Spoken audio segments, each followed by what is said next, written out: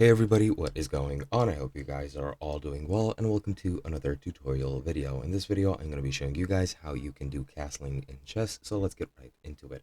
Now, castling or a castle is a method which you can use in chess as a whole, which is basically used to protect your king. You can do that by switching places, pretty much quote unquote, by moving your king over next to your rook, and then the rook would go to the other side of the king and protect the king, so to speak.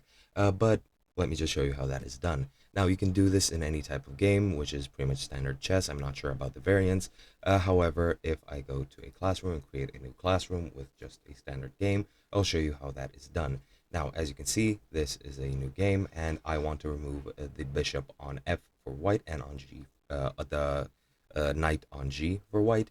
And what I'm going to do is I'm going to remove this here pawn, move one for black, move the bishop here, move this pawn here, move the knight, and as you can see, now my king is in direct line of sight with my rook, and the king, as you can probably guess, can only move one space at a time. And as you can see to the top, I have the option of only one space. However, I have the option of two spaces for the right, and literally all you need to do is just put it next to the rook, as I've said, and it'll protect it like this. Now, your pawns don't need to be here. Your pawns could be gone for what it's worth.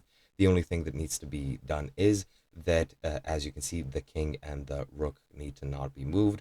For example, if I do this, then move the enemy king here, and as you can see, now I can't castle anymore. So the king and the rook need to have not moved during the entire game, and then you can do the castling maneuver, as you can see here. And that's pretty much it. Hope you guys enjoyed, and I'll be seeing you guys on another video.